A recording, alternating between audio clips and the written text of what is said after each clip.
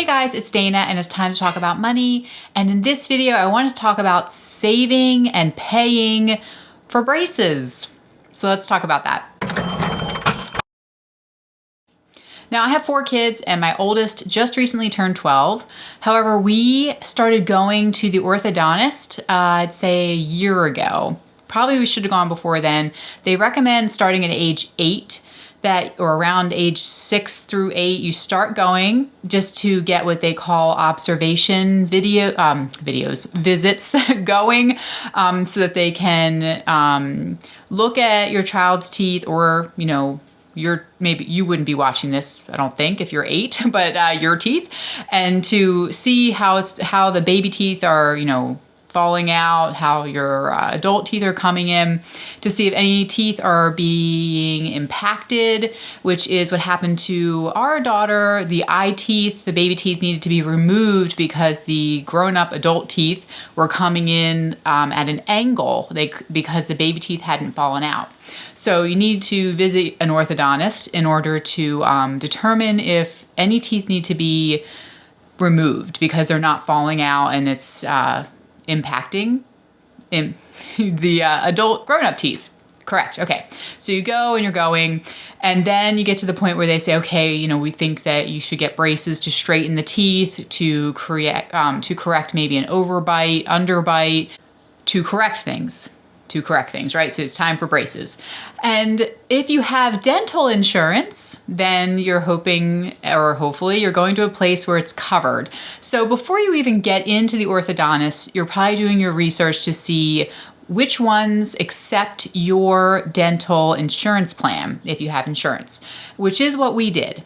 All right, so this is a cautionary tale. So we did that. I checked, to make sure that this provider was in network with our insurance, with our dental insurance. And then we went in and we were ready for braces. We went in, had an appointment to get the braces put on. So they go over the treatment plan, everything's a go. What color rubber bands do you want? My daughter's excited about the color, which color she's gonna pick on the rubber bands, all this stuff.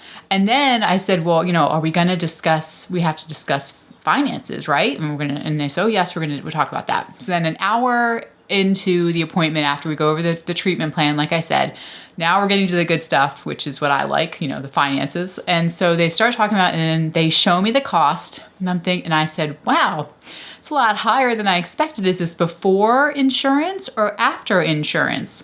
And they said, well, we don't accept your insurance. We're moving away from it. We're not accepting your insurance anymore. We're going to be out of network. So this is a big blow for me.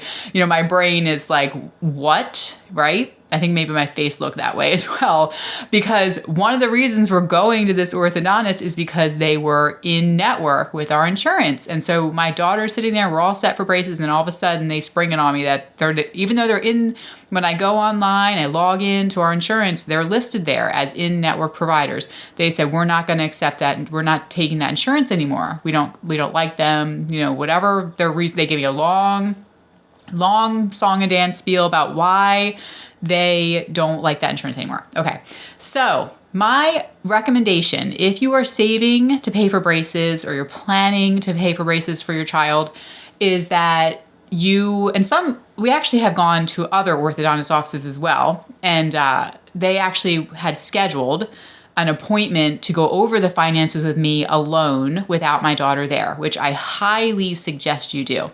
But we had left that practice because I looked online and I could see they were not in network with our insurance. So we didn't go to that one, we switched to another one. And so in retrospect, I really wish I had pushed to say I need an appointment alone to go over all this stuff before we actually come in for braces. So it's important, right? So when you are shopping, which you should shop for orthodontists for braces, because it's an investment. It is around, this was actually, the price quote we got was $7,000 for the braces. And that is, that's their cost. That's not like a contracted amount, because obviously that was without insurance.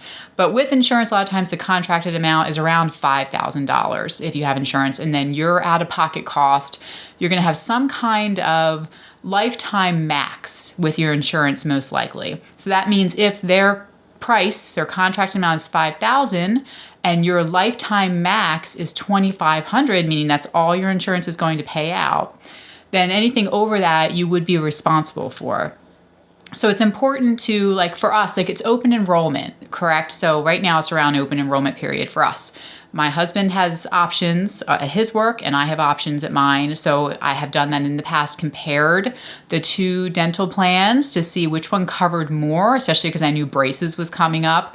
So my husband's covers 60% and mine covers 50%.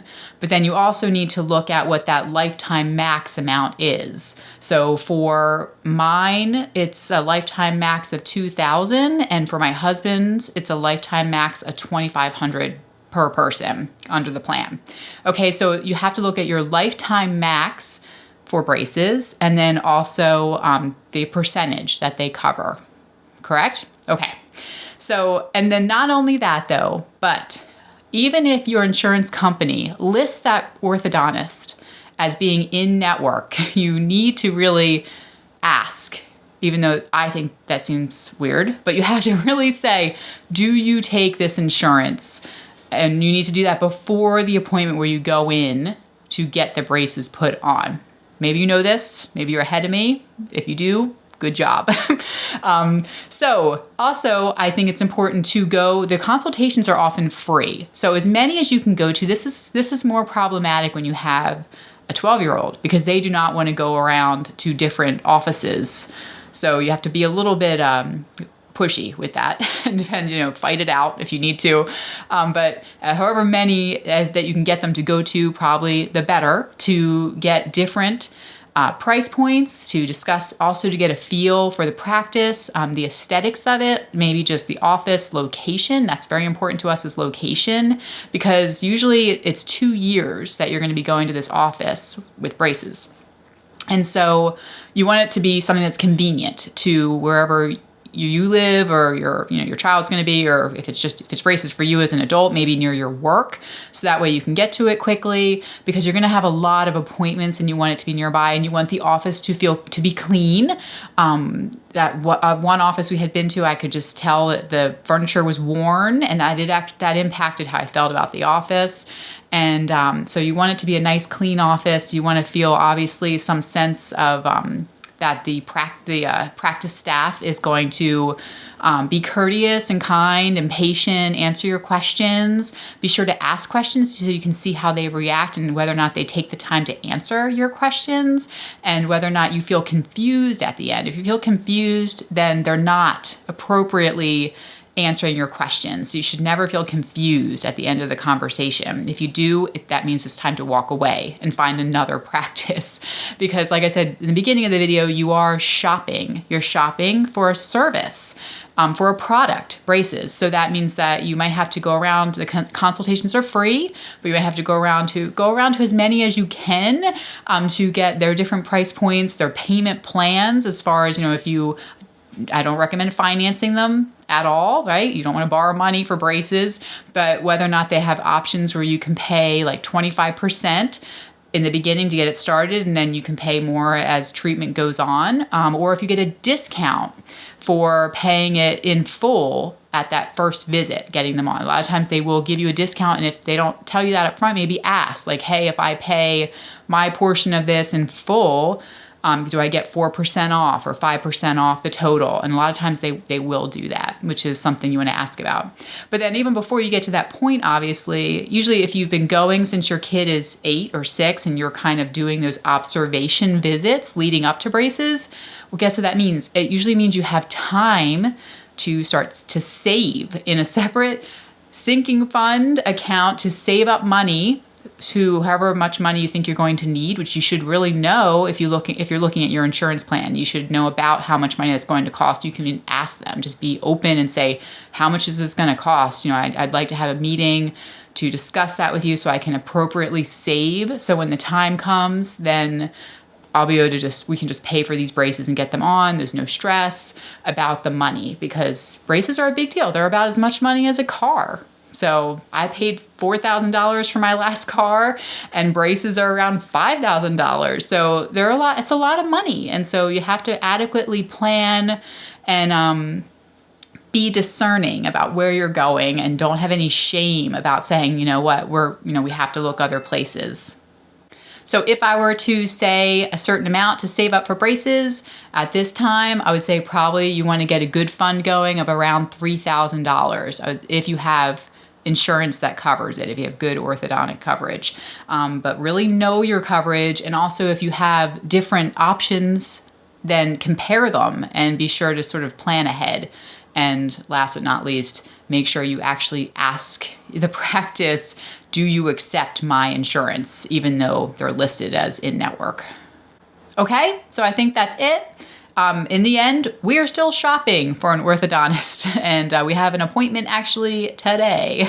So I'm hoping it goes well. And the more we see, hopefully we'll find the right fit that accepts our insurance, because I want to take advantage of that insurance, and every dollar counts. So yeah, it's not just about the money, it's about quality of care as well, and location, and just connection with the staff there. There's lots of things involved, but I would like it to be covered under our insurance. Yeah, okay, enough said. Help me to release that energy. Release the energy, the angry energy. Okay. All right, very well. Okay, if it's your first time here, be sure to subscribe. I'm here every single Tuesday talking all about money. We're a family of 6 living in the Philadelphia area, and that's it. Okay, talk to you guys next time. Bye.